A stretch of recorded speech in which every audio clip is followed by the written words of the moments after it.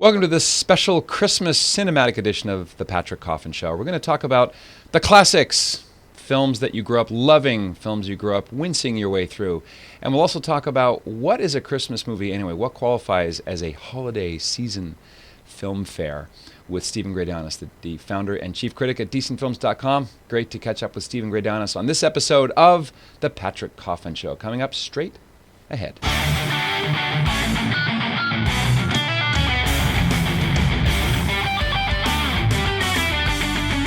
Yes, indeed. Stephen Greydanus is our guest today, the creator and chief docent at decentfilms.com, now in its 18th year. He is a film critic for the National Catholic Register and the co-host with David DeSerto of the Gabriel Award-winning cable TV show Real Faith for New Evangelization Television.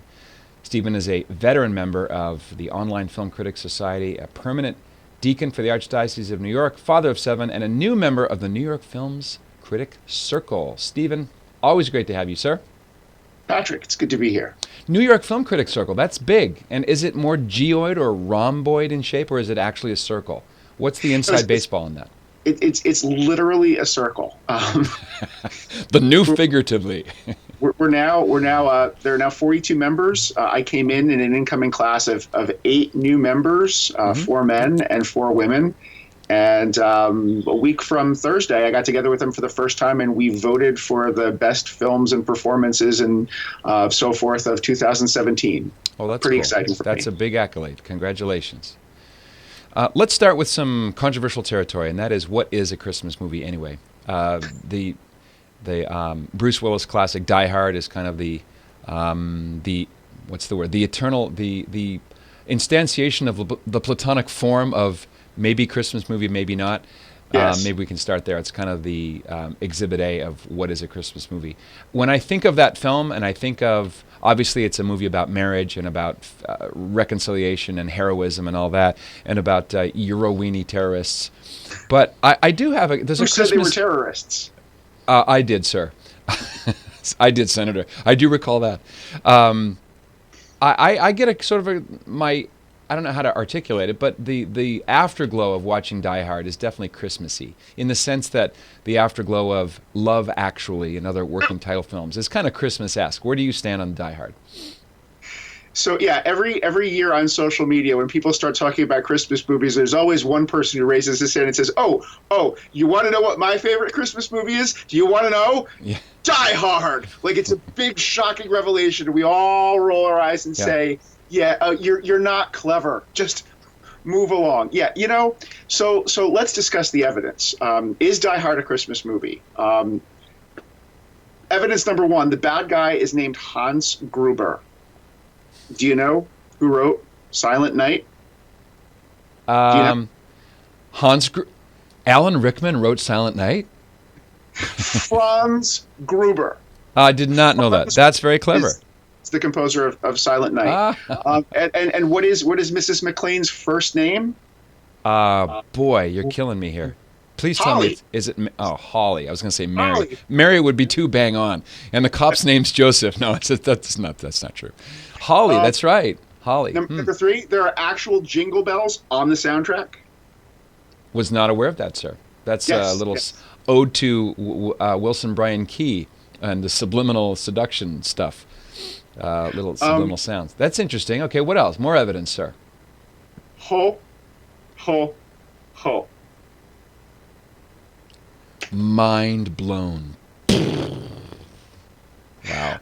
You already mentioned that it's actually a romantic family melodrama about a couple in a strained marriage working it out and reuniting with their kids at Christmas time. Yeah. But I think the most significant point for the movie's aspirations as a Christmas movie comes in the very beginning, as Bruce Willis gets in the car with Argyle, the limo driver. Yeah. And he's cranking some Run DMC, and Willis says, "How about some Christmas music?" And Argyle says, "This is Christmas music." And, Right. and this is really the filmmakers telling you what their movie's all about. Yes, there's a lot of shooting and explosions and so forth, but their aspiration is really, and this is where the argument turns a little bit serious. The joke about who said we were terrorists is really significant, because the goal here was to make a movie that would be exhilarating and fun rather than exhausting and grueling. And they made a deliberate decision to have the bad guys be thieves rather than terrorists, because terrorism is a heavy subject. And they wanted to make this a little more easy to enjoy. For me, the serious case that Die Hard is, in fact, a Christmas movie, the serious case that eggnog, gingerbread, and even fruitcake, if you can get homemade fruitcake and not the store-bought stuff, are Christmas foods. Holiday traditions are the things that we do around the holidays. And so many people every year, for us as a family, not with the younger kids, but we get together in the days after Christmas, and Die Hard is part of our family tradition, and that's what makes it a Christmas movie. It's the fact that we watch it at Christmas time. Is snow a Christmas precipitation? I maintain that it is. Actually, literally snowing outside my window right now for the first time. I'm in Southern California. It's literally and figuratively not snowing right now, as per usual. Oh, by the way, I found another bit of Christmas evidence about Die Hard. Yes. People wear Argyle sweaters and sometimes Argyle patterned socks at Christmas time. It's a fact. That is an excellent point that I will add to my list. Yeah, please, add that to the evidence pile. My ammunition, as it were. Another movie that's, I think, a Christmas movie because the climax happens on Christmas Eve with snow falling, and we've established that snow is, in fact, a Christmas precipitation. That's Frank Capra's Robert Riskin written Meet John Doe. I don't think you've seen Meet John Doe. Is that true? That is true. If I have seen it so long ago, I don't remember. Yeah, Meet John. Please talk about it. Well, here's how I introduce Meet John Doe. If I'm giving a talk to an audience, I'll say, show of hands, who knows about the Frank Capra movie about a good man tempted to suicide on a Christmas Eve with snow falling? And they all raise their hands. It's a Wonderful Life. And I said, no, I mean the other Frank Capra movie about a good man tempted to suicide on a Christmas Eve, and that's Meet John Doe. Meet John Doe was filmed in 1942. It's the last movie that Capra did before he went off to make the Why We Fight series in World War II, where he became Major Frank Capra. So the next film he made was It's a Wonderful Life. So the war interrupted his Hollywood drama filming career. It is exquisite. There's so much in this movie about things like Saul Alinsky tactics of crowd control and the power of propaganda and the naivete of the common man and how that can be manipulated if in the wrong hands. And Gary Cooper is his understated, it's cliche to call him the iconic Americana actor, but he really is in this film. And he plays a Bush League pitcher named Long John Willoughby, and he's recruited by a very cynical reporter played by Barbara Stanwyck, who creates this character John Doe on the day she's fired. There are layoffs at the big newspaper, and she writes this fictional letter, signs it John Doe, and people think that there is a John Doe, and John Doe is going to commit suicide by jumping off the building, the city hall on Christmas Eve at midnight. Unless the people show evidence that its life is in fact worth living. So that's the trope that gets the plot off the couch and moving. But it is really a lovely. There's just so much in the film, including Barbara Stanwyck's speech at the end. I won't say anything about what happens at the end, but it's a coffin family quasi-liturgical ritual along with It's a Wonderful Life. I just think it's for which terrific. It's kind of a dry run thematically. It is a sort of a dry run thematically, yeah. That's true. You can see Capra playing with themes. Of course, Riskin did not write any of It's a Wonderful Life. They had a falling out, but Riskin is the guy who he collaborated on 12 to 14 films that Capra made. And you can see them hand in glove in this film. Great rat-a-tat-tat dialogue. And quick sidebar, you may know my daughter Naomi who died at age 15 days 9 years ago, and she's buried in the cemetery at San Fernando Mission in Los Angeles. Well, because my name's Coffin, I noticed things like epitaphs on tombstones, and I found Walter Brennan's tombstone. He's one of the very few actors to win 4 Academy Awards. And then I found Edward Arnold's tombstone. So my daughter and 2 of the main actors from one of my favorite films are buried within 500 feet of each other in L.A. Wow. So we always kind of grin as we're watching this movie.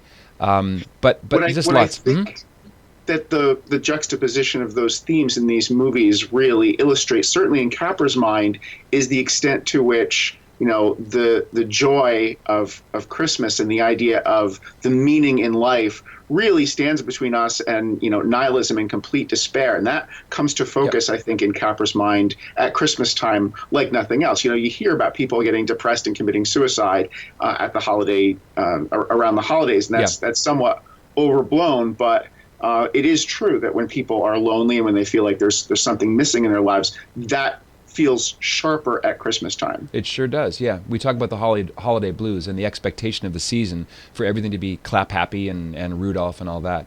Yeah, that's true. Yeah, I would say that Meet John Doe is even darker in its exploration of despair at the very pinnacle of when everybody's supposed to be the happiest. Yeah, I've never looked at that parallel before. There's a war film starring Gary Sinise and Ethan Hawke called Midnight Clear from the 90s. A very interesting, a lot of biblical sub-themes. People can watch the trailer. By the way, I'm going to put links on patrickhoffman.media to all the movies that we talk about today. So Midnight Clear, highly recommend it. There's a couple of films with similar titles. This one's called Midnight Clear. It's adapted from the guy who wrote it. It was filmed in Utah, and it's very, very good, I think. All right, so speaking of Capra and Christmas films, I wrote an essay in National Review called "The Little Story That Did," and it's the making of It's a Wonderful Life and how George Bailey is kind of a parallel to the script. That's a different story for a different day. But the script that Capra wrote with a couple of other writers landed on the desk of RKO, and it was offered first. The role of George Bailey was first proposed to Cary Grant, who didn't do it because he was already playing an angel in another film produced by RKO called The Bishop's Wife, starring Loretta Young and David Niven. Now, there's a lot in that. I think there's just stolen wholesale from the original draft of Capra's script with the Hackett, Joe Hackett. It's a married couple, Joe Zwirling and Frances Hackett, I think. Anyway, right down to the casting of Caroline Grimes, the only living cast member of It's a Wonderful Life. She played Zuzu's. Remember Zuzu's Petals? He's the little girl ingenue in The Bishop's Wife. You did not care for The Bishop's Wife. No, that's true. And there are two reasons why I don't like it. First of all, I have very specific ideas about the portrayal of angels in the movies, and I'm willing to go along with a fantasy, and I'm willing to accept theologically incorrect angels. After all, we both love It's a Wonderful Life, and no one can call the angel in that movie theologically correct. The seraphim Henry Travers, yes. Yes. But the idea of angels coming to Earth and falling in love with human women just pushes all the wrong buttons for me. I just find it icky and wrong.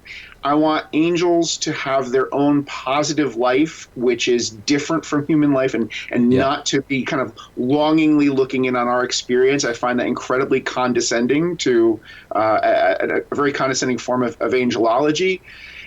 But the other thing that I really don't like about The Bishop's Wife is the fact that, while there are many holiday and Christmas themed movies that don't deal with the reason for the season, here you've got a story about an Anglican clergyman struggling to write his Christmas sermon.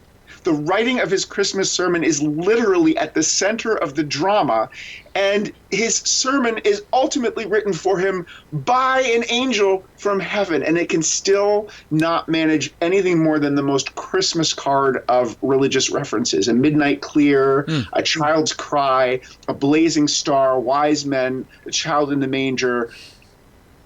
That's something that I have a hard time forgiving the film for. I thought you were going to say, we all know that bishops can't have wives. This is ridiculous. What you just said about angels reminded me of the Wim Wenders movie from the 90s, Wings of Desire, which also kind of reverses the, at least in the hierarchy of being, the angel kind of comes to life when he falls in love with the trapeze artist, and then the film switches to color, right, instead of the other way around. Right. I mean, yeah, go ahead. It's and the way that I can kind of rationalize that about Wings of Desire by thinking of it not as a movie about angels, but about the psychological condition of angelism, of aspiring to a purely spiritual mode of existence, which for human beings is not correct. I mean, as C.S. Lewis says, a two-legged horse is crippled, a two-legged man is not. Angels were designed by God to be purely spiritual. We human beings need our bodies and our sense experience. Yeah. And so for me, Wings of Desire is a movie about that. I can't think that way about The Bishop's Wife. No, I agree in full. That's a very fair comment. One scene I love from Wings of Desire is that when he first tastes coffee, that was his first sense experience. I thought that was very well filmed with the great Bruno Ganz, who went on to play Hitler in Downfall, which is sadly the subject of hundreds and hundreds of parody videos when Hitler has his breakdown. But let's move to one of the literary sources of the plot of It's a Wonderful Life is, of course, A Christmas Carol in Prose by Charles Dickens. Mm-hmm. I grew up watching the Alistair Sim version from '54, I think. And then I didn't really care for the George C. Scott one, maybe because I'd watched Alistair Sim in my mind's memory. He was Scrooge. It was hard for me to dislodge the one from the other. And then I actually didn't love, but maybe I'll give it one love, maybe LUV. Disney's A Christmas Carol with the ordinarily irritating Jim Carrey. I thought was great in this movie. I thought it was a visual feast, and I love the music, and it's very, I don't know, it's salient, not bad, by Robert Zemeckis. Yeah. Mm-hmm. So launch, and we can talk about the Muppet version too. Yes, I have to say I've never seen a version of A Christmas Carol that I didn't like. Mm-hmm. And while I watch it, I have two voices in my head, and they're not the voices of the ghosts of Christmas past, present, or future. They're the voices of two great English apologists, C.S. Lewis and G.K. Chesterton. Mm-hmm. Lewis singles out A Christmas Carol as the origin of the non-religious Christmas tale. This is not something that was an invention of Hollywood, and Lewis traces it back to A Christmas Carol. He talks about the marked absence of any interest in the incarnation. Mary, the Magi, and the angels are replaced by spirits of Dickens' own invention.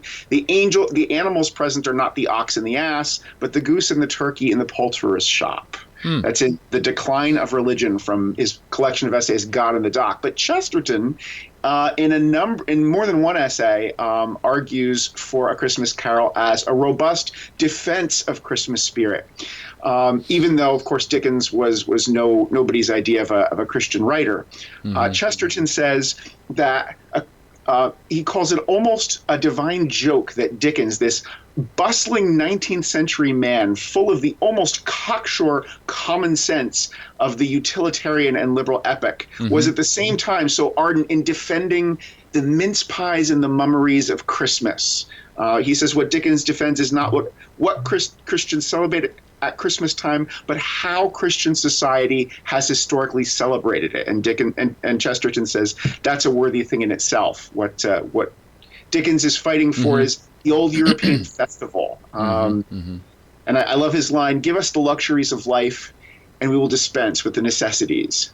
Oh, that's great. So that's what great. We get in A Christmas Carol. I think Alistair Sim is just wonderful for getting that sense of conversion from the first nasty to nice to the climax. Mm-hmm. I really like the Patrick Stewart version. I love Patrick Stewart's performance. He brings a kind of an intellectual, argumentative dimension to the character of Scrooge. And while there are Christmas carols, real Christmas songs throughout all of mm-hmm. these versions, the Patrick Stewart one has my favorite use of a carol because after his conversion, when Scrooge goes running out into the street, one of the things he does is he goes running into a church. And we see him gamely trying to struggle through the lyrics of God Rest Ye Merry Gentlemen, which are unfamiliar to him. Yeah. And if you're a fan of the Dickens original short story, that might almost be a joke because Dickens actually gets the name of that hymn wrong. He calls it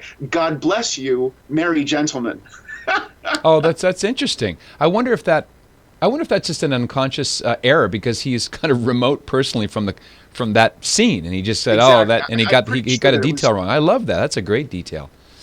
But I agree with you about the Jim Carrey version. I've often said that it's kind of like the theme park ride version of A Christmas Carol. Yeah. And it's probably the most Christmassy of any version of the story for its hymns. It has more Christmas hymns per minute than any other version. I can deal without the miniature. Like that's not in the story. It's just Jim Carrey needing to be ADHD with cocaine and heroin injected frenzy. It doesn't help the plot at all. And the dark horses, right? Stop it. Have you just excised that? It's very thick with the Christmas spirit. And of course, Gary Oldman plays 4 or 5 characters. If you run the credits, it's amazing how many characters, including Jim Carrey. Jim Carrey's not just Scrooge and the Three. He does a lot of the other characterizations using that pixelated cinematography that Mr. Zemeckis has made famous with other films like Polar Express, which I'm not a fan of. Yeah, no, we just watched another movie that reminded me of it. Let's segue to another Jim Carrey unmentionable film, and that is, oh my gosh, the Jim Carrey Dr. Seuss.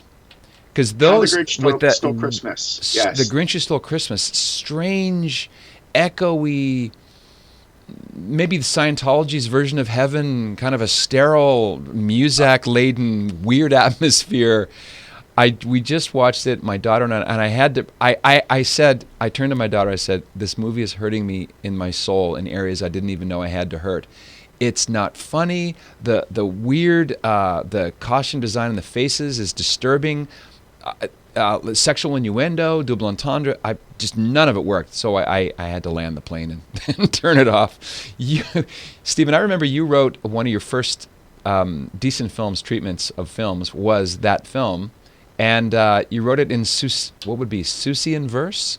I did, and I've gone on to review all of the Dr. Seuss adaptations in Seussian verse. Okay, can you lay on us a couple stanzas? I will. So this is about Is this about the Jim Carrey one that we're talking about? Huh? Directed by Ron Howard. Yes. Okay. And Ron Howard is in it, and so is Jim Carrey. So okay. By the time that you read this short essay of ours, the Grinch will have made 10 squintillion more dollars. The people have spoken. The Grinch is a hit. So who cares if some critic writes critical crit? Who cares if I think the Grinch doesn't preserve the quality of Seuss's whimsy and verve? Who cares if the Who's in this Whoville all say that Christmas means presents and dizzy display? Who cares if they think Christmas comes from a mall and their hearts, not the Grinch's, are 2 sizes too small? And speaking of Grinches, the mean one himself, well, he's not mean, more like a right goofy old elf. He won't ever shut up. He'll clown and he'll preen. "You're not Ace Ventura!" I shout at the screen. Then a moment, just one, that is really just right. That great Grinchy smile with the cheeks pulled back tight. Then it's gone, and I'm left with a mugging and pratfalls and barely restraining my hisses and catcalls. But who cares if these Who's aren't charming or merry and the Grinch isn't grouchy or grinchy or scary? Not Ronnie Howard and not that Jim Carrey. The box office tribute to corporate greed is all of the vindication they need. Now let's be quite honest. The real meaning and glory of Christmas was never the point of this story. Dr. Seuss's short tale never talked about why there's a song in the air or a star in the sky. And the Chuck Jones cartoon had Who's gathered to sing, but not of a manger that cradled a king. But one thing at least the Grinch always made clear was that money can never buy holiday cheer. Now that message is buried in big showy show. The medium's the message, and it says, "Dough, dough, dough." The Grinch's big bucks. He's bigger, he's badder, and once more we're all being told, size does matter. Bravissimi! That is so great. That is going to be that'll be readable 50 years from now. So congrats. That's fun. Speaking of fun, there's a 2-hour ad for Macy's known as the Miracle of 34th Street. Yes. The Edmund Gwynn, which I watched enough times. I enjoy it. Natalie Wood is suitably cute as the little girl. And of course, that's one of those movies that it rides the line between, are we really taking Santa seriously, or is it just kind of play acting with the big court scene at the end? And I know there have been subsequent remakes of that. What's your take on Miracle of 34th Street? It's okay. Okay, let's move on to... No, I love the conceit at the end of trying to vindicate Santa Claus by the authority of the United States Post Office. I think that's just a really lovely conceit. It's interesting to me that the movie kind of anticipates some of the post-marital, broken family Christmas themed movies championed by that one man bad Christmas movie machine, Tim Allen. Yes. With the whole divorce plot. Oh, That's yes. an interesting choice to me. I've watched it with my kids, and they haven't asked for it again, but not bad. Mm-hmm. How about Elf, that was produced by a guest and new friend of mine, Todd Komarnicki? Just so Is many. that right? Yeah. Will Ferrell's lines there's some really $1 million lines in that film that stick with me. Yes. Not having anything directly bearing on Christmas, but you sit on a throne of lies. Okay, so just let me say, Yeah. by way of prefacing my overall appreciation of Elf, I just loathe Will Ferrell to the depths of my marrow and my DNA. I walked out of Anchorman. It was the first movie that I walked out of as a fully emancipated adult. Huh. I walked out of The Other Guys. I can't stand him. And yet, so Elf. do you like him? What's your opinion? Get off the fence, Stephen. And I some of my best friends love his stuff, and I fully accept and appreciate that he must be doing something right that just doesn't click for me. But in Elf, he's on fire. I love it, and I think it has to do with the total sincerity that he brings to the role. He brings the spirit of all of those Rankin Bass stop motion holiday movies and all of the Christmas specials of the 1960s and 1970s. Mm-hmm. He embodies that, and he commits completely to it. Yeah. And then you have you've got Bob Newhart stealing every scene that he's in. Yep. Just by the way that he looks at the camera. By existing. Yes. Yeah. Another movie with some tensions in the whole portrayal of marriage and the family, obviously. But the movie makes it work, and it ultimately sells it. And he was not the first pick. He'd been a SNL character actor, comedian. Yes. But Elf really launched him to the A-list actor he is today. I want to mention another war/Christmas film that I believe you have seen, because I remember from years past talking about Joyeux Noël, a Canadian-French UK production based on a true story of, I believe, the first Christmas of World War I. There was a Christmas Eve ceasefire in no man's land, and they exchanged a Christmas tree, and they played soccer. It's a beautiful movie. Boy. Mm-hmm. So, launch. Joyeux Noël. So, I think music and Christmas carols are one of the most important dimensions of so many holiday-themed films that aren't necessarily about the reason for the season. The reason for the season nevertheless comes through in the music when it's there, when it's not like in a movie like The Polar Express, which is too chicken-hearted to give us. It's got filled with Christmas music, but not even a few bars of Oh Holy Night or Silent Night or anything else. Mm-hmm. And I think Joyeux Noël really has, of all of the Christmas-themed films, the most powerful use of Christmas music, because it's really the music that brings the different sides together over the spaces between one trench and another. It's Christmas time. The troops are away from their families, and this isn't World War II. We aren't fighting. We aren't fighting neo-pagans here, or worshippers of blood. These are Christians on both sides. Yep. And at Christmas time they sing Christmas carols, and they hear the voices coming over the distance between their trenches. Mm-hmm. And it's hard to think about shooting somebody at that moment in time. And it's a really beautiful and touching and powerful. Yep, agree in full. What about films that are about the reason for the season? One recent example that I have not seen is The Star, directed apparently by a Catholic director, whom I don't know. Yes, that's right. The Star was directed by Timothy Reckert, who is a devout Catholic. He is best known for an Oscar-nominated short that he did a number of years ago. Blanking on the name right now, but I'll come up with it in a minute. Sure. He and it really basically it comes across to me as like the nativity story meets The Secret Life of Cats and Dogs, or The Secret Life of Pets. So The Secret Life of Pets. It's full of dumb animal humor. There's an attempt to treat Joseph and Mary somewhat respectfully, and I appreciate that. There are some nice moments in the film, but overall, it just comes across to me as really mediocre and disappointing. Let's hit rewind. And Head over heels. Yeah, sure. That's the name of that short. Head over heels. Oh, Head over heels. Very good. Let's hit rewind and go back to the glorious days of the late 70s, when it was okay to film with the exception of Mel Gibson's The Passion of the Christ, it was more acceptable to film a more explicitly biblical version of things, and that is Zeffirelli's Jesus of Nazareth. We often identify Jesus of Nazareth with Robert Powell's adult Jesus. I think he blinks twice in the whole 6 hours. Once during a fire, the apostles are on a campfire, and he blinks, and he blinks on the cross. Apart from that, he's very divine, very, very high Christology. But to me, again, that the identification with Jesus and his face is very strong in my childhood memory. Sure. But there's a lot about the nativity in the opening segment or segments. It was originally filmed for British TV, I believe, back in '77. Have I got the year right? Okay. Yeah.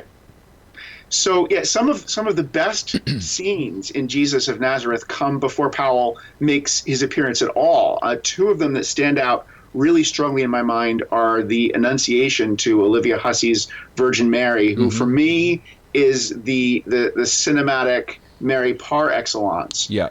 And he does without it peer.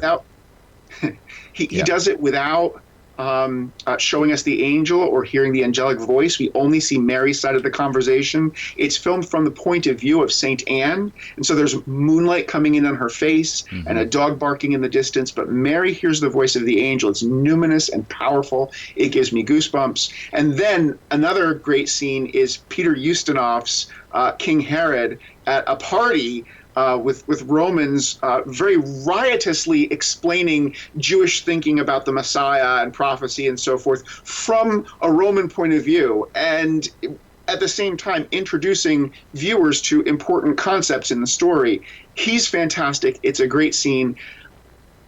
I think it's really kind of a tragedy that in the whole history of Hollywood, even going back into the Golden Age, all of the biblical epics that were made, all of the portrayals of Jesus' life, nobody has made a movie, at least not until 2006 and the creation of the Nativity story. Nobody has really made a movie devoted to this story. There is no great Hollywood Christmas classic. But for me, the next best thing, and we do this every year in my family, we sit down and we watch the first 105 minutes of Zeffirelli's Jesus of Nazareth, and that just about does it. Does it just all come unraveled at the 106 level? You just can't take it. Well, I think the 106 minute is when that's either when we get to John the Baptist and Jesus is grown up, or maybe that's when St. Joseph is dying. I forget there's a very clear turning point where you're not in Christmas territory anymore. And then you see Tim Allen as a Roman centurion. It's like, what? Come on, no way. Or Patrick Stewart saying, "Make it so, Bob Cratchit." That seemed a bit over the line too. Yeah, that sounds a little bit more like the version from The Greatest Story Ever Told. That's right. Truly, this man was the Son of God. There's a story about. I was conflating that with The Robe, in which John Wayne plays a. No, that's you're thinking of yeah. Is that The Robe? Which one? The Greatest Ever. So the Duke plays a Roman guard. Now, there's an apocryphal story that I love. I don't even care if it's apocryphal. Do you know about this? Yes. I forget the name of the director, but he said, this man was a son of God. And the director says, you got to have more awe. You have to say it with awe. Say it with awe, John. Say it with awe. This was the Son of God. Oh, true or false? That's a great anecdote. There is another movie I will mention, and I want the audience to register your facial response to this, and it's a Japanese movie about a cellist. Are we? Oh, it's Yeah, Departures. Oh, yes. Yes, Are we Departures. ever going to do a show without talking about Departures? It's not. Like Yes, we will. When you see it, I will never mention it. That's the deal. Well, I feel like it's part of our shtick. I feel like I've ever watched the movie, one of us is just going to die or something. You're hatefully declining to do God's perfect and holy will. Obviously, Departures is set in Christmas. The cellist does it beautiful. Oh, You're yeah. not joking. No, I'm not joking at all. There's a scene in This in is the. why you wanted to do a Christmas themed show, right? So It's you would have another all excuse roads to lead to Departures. Yes. Everything's a setup to discuss that. Yeah, the cellist plays a beautiful rendition of, I think it's a Holy Night, in the office, and there are Christmas lights in the background, and there's a kind of a longing, a reaching out of that movie, quite beyond the secular post-Shinto atmosphere that is current Japan. Very much so in that film. There's a few nods to the Catholic faith here and there. But it's all, of course, subsurface because they're obviously not devout Catholic Christians making the film. But I mention it because it does have a Christmas backdrop to it, temporally in the storyline. Did you see Love Actually, the working titles film with sort of 4 storylines that interact? The late Alan Rickman and Emma Thompson, Liam Neeson. Yes. Who else? It's sort of, it wants to be It's a Wonderful Life when it grows up kind of thing. It doesn't all hang together, but there's some very thick Christmassy stuff there at the end. That's my shtick. Feel free to pound me at this moment. Well, it's a movie that has become for some a Christmas classic, and then there's the kind of Grinchy holiday tradition of just bashing and hating on Love Actually, and I have to say from the bottom of my heart that this is one Grinchy holiday tradition which I wholeheartedly endorse. Yeah, this is part of how you keep Christmas is taking a sledgehammer to Love Actually. Yes, and there are many wonderful essays online doing God's work in this regard. I must say, it's a movie that is all about a version of romantic love that has nothing to do with characters actually falling in love. There are no meaningful discussions between. I mean, there are probably going on like a dozen different love stories in the movie. They're all shallow. Some of them are creepy. Some of them are adulterous. Some of them are sexually harassing and or sexually objectifying.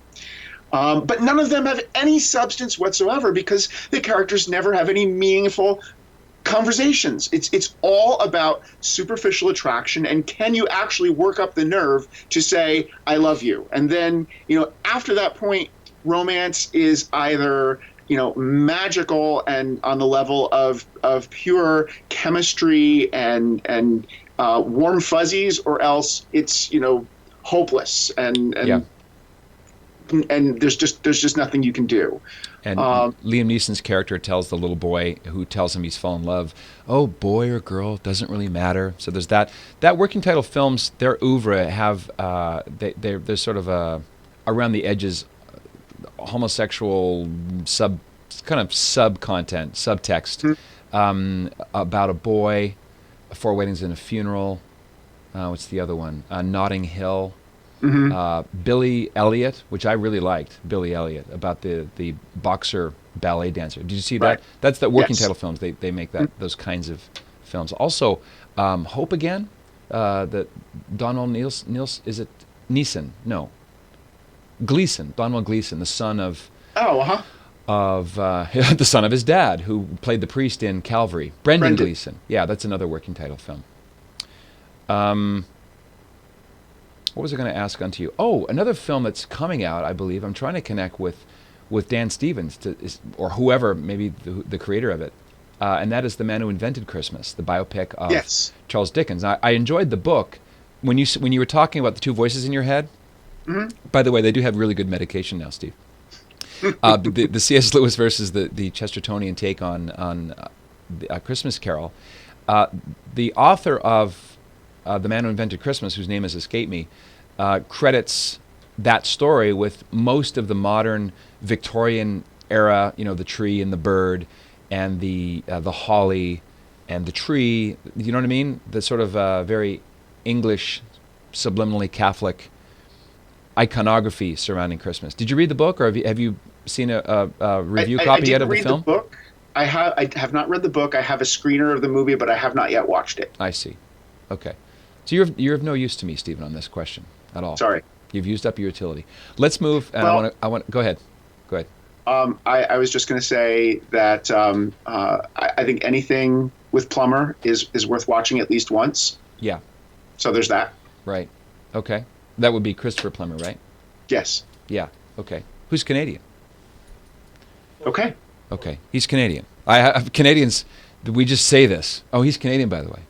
Yeah. Michael J. Fox, Canadian. Lauren Green, Canadian. Okay. Martin Short, Canadian. All right. Let's move to the pinnacle, the Mount Everest of Christmas movies. It's a Wonderful Life.